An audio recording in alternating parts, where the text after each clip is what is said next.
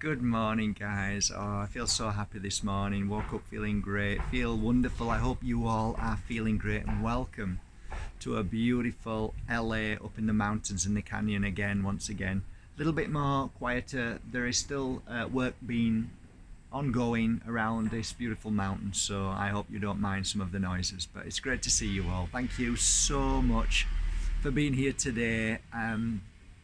Today's going to be a really interesting topic of conversation, and it's going to be a little bit longer than normal, and the reason why is because I'm going to try and tackle a few of the points of view that people have regarding good and evil, God and so forth, and hopefully I'll be able to give you my interpretation, not a Bible's interpretation, not a priest or a seller of whatever religion that may be. This is purely on a scientific level of well over a decade and a half of working with people who, let's say, have extreme challenges in their life, and I've worked alongside these people, so I consider my work to be a work in progress. So I've worked with thousands upon thousands of people through the years.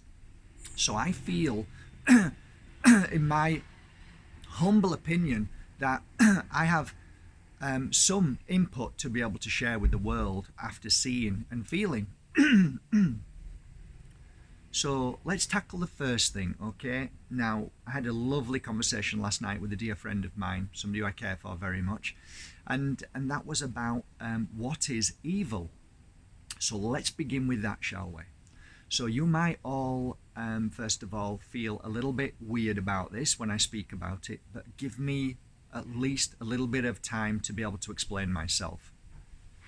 First of all, where did evil come from? That's the first thing we need to know. And is there evil in this world?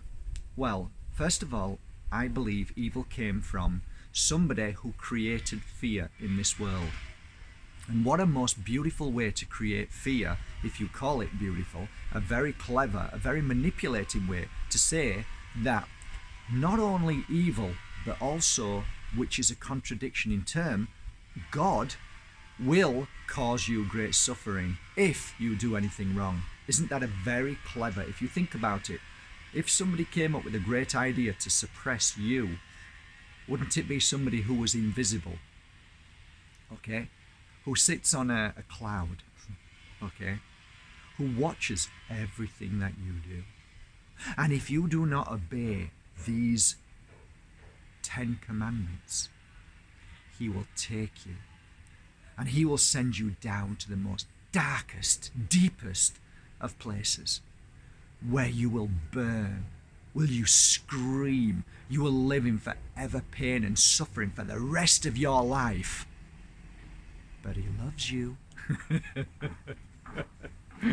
Oh, good old George Carlin. I'm telling you, think about these things, guys. So let's go back to where we really need to be. We are on this world as humans and animals. And along your journey as a human being, you can either do one of three things. You can either do nothing and just get on with your life.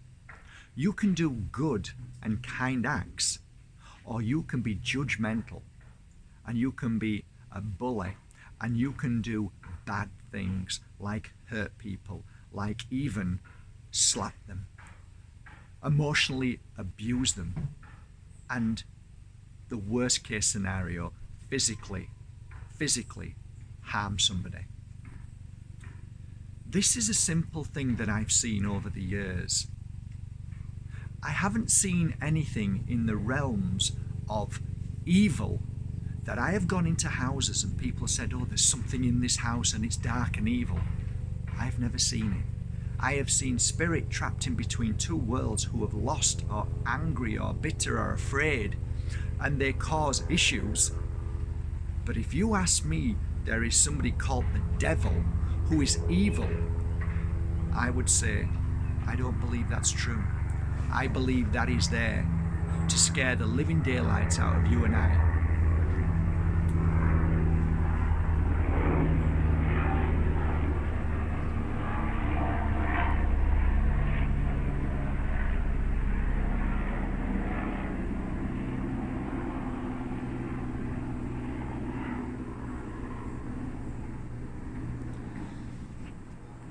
So let's get back to it. There are good deeds and there are bad deeds. People can do good and people can do bad. I believe it's that simple. Now, when you are working in the energy of good, kindness, loving, non-judgment, non-bullying, non-telling people what you should and shouldn't believe, you are in an energy of lightness, of love, of kindness, and that energy is beautifully healing, and I believe it keeps your whole core attuned to Mother Nature, to how your body is meant to be, how your mind should be balanced and working correctly. However, if you start falling down the judgment side and being bitter and angry and opinionated and doing bad things, cheating people, you end up on the energy which is around you, which is darkness. So there is around you at any given moment two forms of energy, light and dark, at any time, because as you all know, one can't live without the other. There can't be light without dark, there can't be dark without light. That makes sense, that feels right, and you see people doing good and people doing bad, so it makes sense that good and bad, positive energy, negative energy. The reason why is because what people emit give off when they're angry and what people give off when they're happy. So energy comes in many forms of heaviness and lightness. So we use the word light and dark. That is my humble opinion. When you talk about evil and the devil, I scratch my head and I think that is another way to scare the living daylights out of people. Okay? And that's so true about God. And I don't think people realize when they're so caught up in the energy of God that they don't realize that they're selling something with an energy of opinion, judgment, bullying, telling people what they should and shouldn't do, and oh, God this, God that. And I scratch my head and think, I think somebody's really lost here. And the people that I see, who I believe who are filled with a godliness, a kindness, a love, I've never ever heard them talking in that way about God, ever. They live an earthly life, kind to their brothers and sisters, and that's it. So I wonder, for the people who market the energy of God, I wonder if you really believe there is a God, that do you think you're creating brownie points by pushing God onto everybody? Do you think if there was such thing as a God, he would be saying, well done for doing that, thank you for doing that, they needed to know who I am? Or if you really truly believed in this infinite power, wisdom, aren't you insulting him? Doesn't he already know how to touch people's hearts and souls by his greatness and power? Why does he need your help? And maybe if you're pushing God on everybody, maybe it's you who needs God more than anybody. And what you're pushing to everybody is what you need most of all. So I have seen this over the decade of people Bible bashing their religion on everybody. And this is a really heartbreaking thought. I actually believe it is those people who cause the greatest of darkness of energy in this world, because they create fighting, they create division between people, Because what you cause, the effect you cause on people by telling them that if they don't believe in this higher, invisible being that you've never seen before, but you've been told exists from a book, how the hell do you expect everybody else to just simply believe that? It fascinates me. It really does, how people have bought into this. But now you would ask me, well, why are you any different by selling what you're selling? Well, first of all, I don't force, push, or tell people what they should and shouldn't believe. So I'm different from you who pushes religion on people. Secondly, when I first started this field of work, my mum died at 45 years old, and my dad survived till he was over 80. My dad was abusive, and my mum was a beautiful, beautiful angel. And I mean that wholeheartedly. If I could be 1% of my mum, then I've done my work in this world. What I believed after her death was there was no such thing as God. And the reason why was because why would they take somebody so beautiful and kind and caring and loving to the world and leave somebody so abusive who abused me and many others? So when I came into this field of work many years ago, I didn't believe it. And yet, as I walked the path of spirituality, not religion, not God, but spirituality, of being open and kind and listening and feeling, I saw a pattern of what I believe is the spirit world. Not God, the spirit world. The world beyond this world, which is adjoined to this world. And I was catching glimpses and feelings that I couldn't explain. I was learning how to heal people as well as heal myself. I was learning so many things, and so many new things were happening to me that I wrote books because it was so amazing. So I started becoming more of a science-based guy who's looking and feeling everything because he needs proof. I didn't read a Bible, and I didn't just believe anything. I needed proof.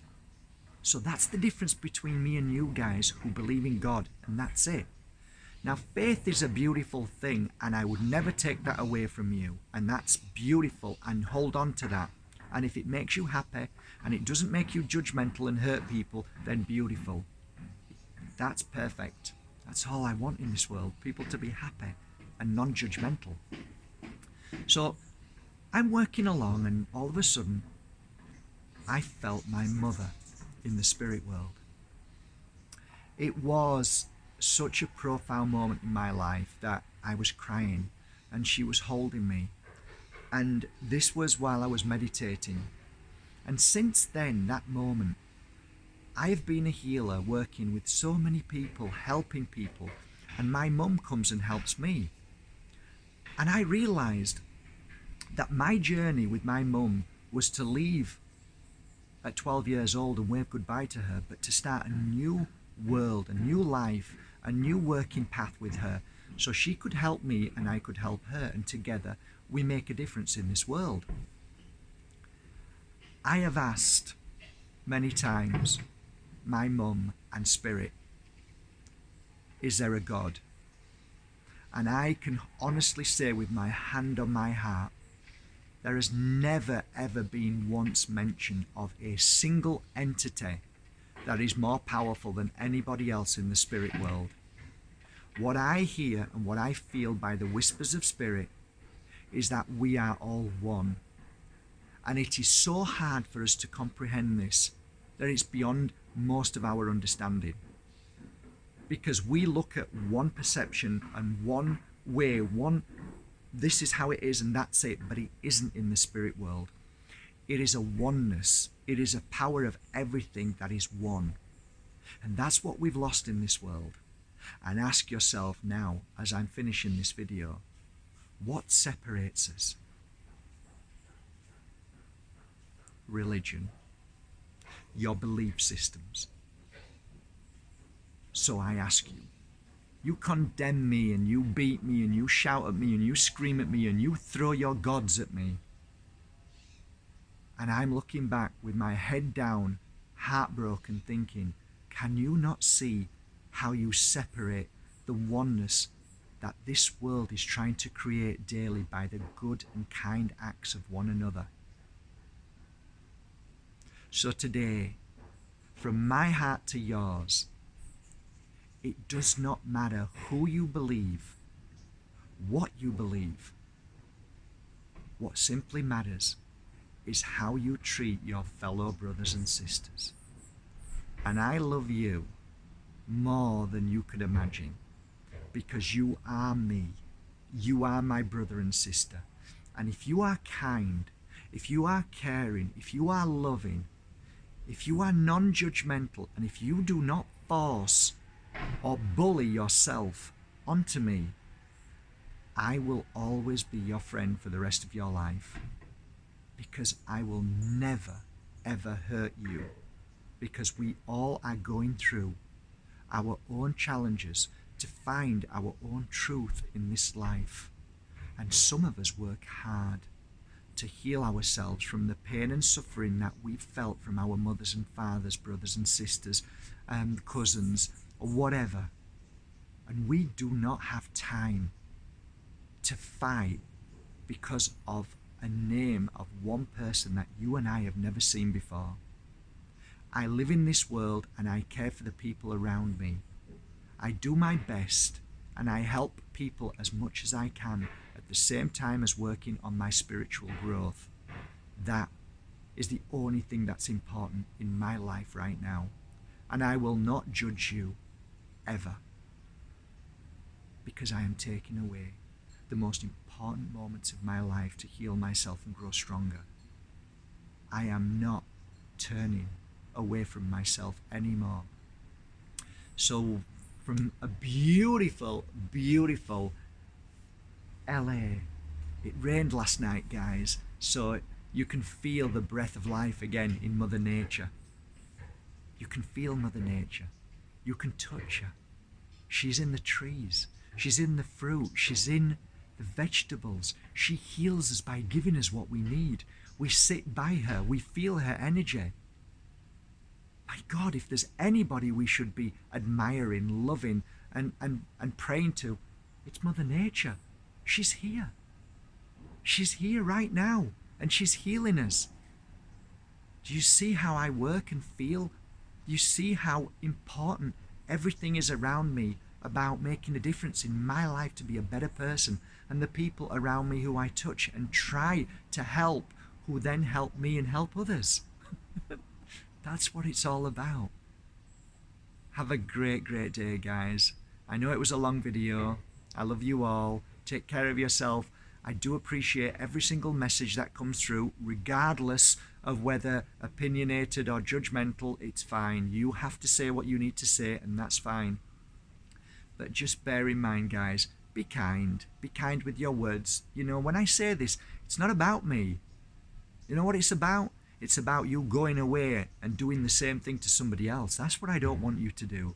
Because I'm a big boy. It's everybody else that worries me, that you could say something really bad to and affect their life forever. Words are important. Words are powerful. So be careful how you use them. And always, always stay with the light and the love and the kindness. For when you share that kindness, you receive that kindness and you grow in more ways than you can imagine. Okay, guys, I've babbled on for nearly 20 minutes. I wanted to make this video to share with you, just to give you an idea of my belief system, which is you. I believe in you. I believe in this world where we are, and I believe in positivity. And that's all that matters. So have a beautiful, positive day from my heart to yours. Thank you for subscribing to Mark Bajerski YouTube channel. Bye.